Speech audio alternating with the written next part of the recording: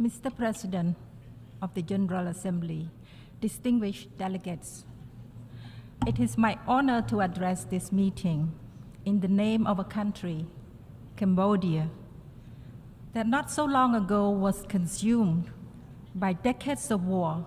The killing fields where those labeled the oppressed and the oppressor were devoured by the intense flame of hatred, vengeance, and extremism that fed the most heinous crimes against humanity. My delegation mourns the loss of so many innocent human lives, including one Cambodian since October 7 until now, and also earlier, both in the state of Palestine and the state of Israel. The Palestine-Israel conflict is very complex and delicate issue. Therefore, Cambodia wishes to make its own principled position in this regard instead of joining the statement made by any group. Cambodia condemns all acts of terrorism and violence against innocent civilians, regardless of their race, culture, or religion. We are deeply concerned by the escalation of violence, continued suffering and loss of innocent human lives, women, children, babies, and the elderly on the lands of the present conflict. Hatred, vengeance, feed another cycle of hatred and vengeance. A war cannot end a war and bring lasting peace and harmonious coexistence. My delegation feels the fire of anger, the pain and the agony of all, and we can only appeal and hope for the sense of moderation to prevail.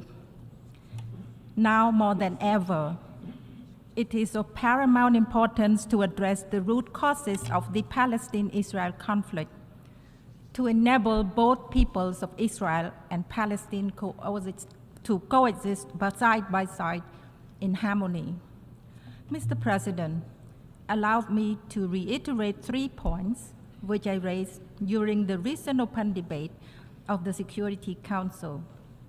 First, it is heartbroken to see the increasing number of civilian casualties and the pain they endure.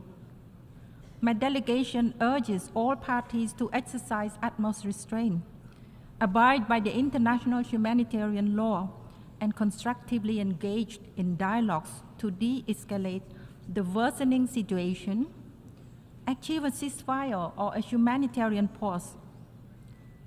It's not easy, but we must make utmost efforts to avoid the widening of the war and fully appreciate the concerns and legitimate aspiration of all equally so as to end the cycle of violence.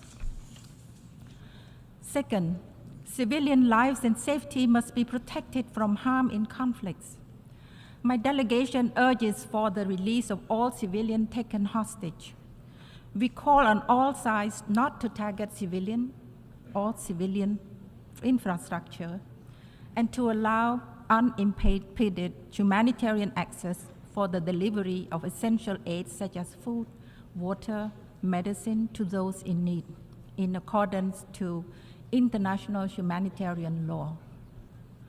Third, we call the international community to unite in a spirit of genuine solidarity and sincerity, to foster a meaningful dialogue and negotiation leading to a just and lasting peace.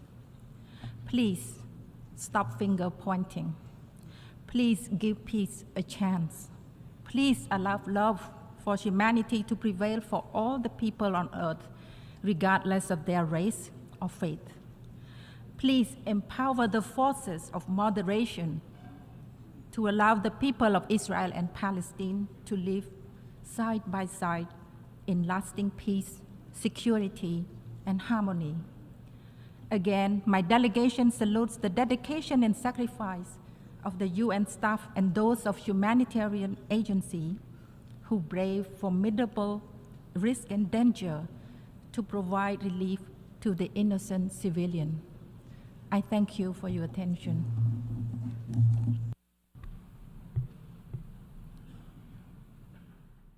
This has been the Nod News Network. Transmission complete.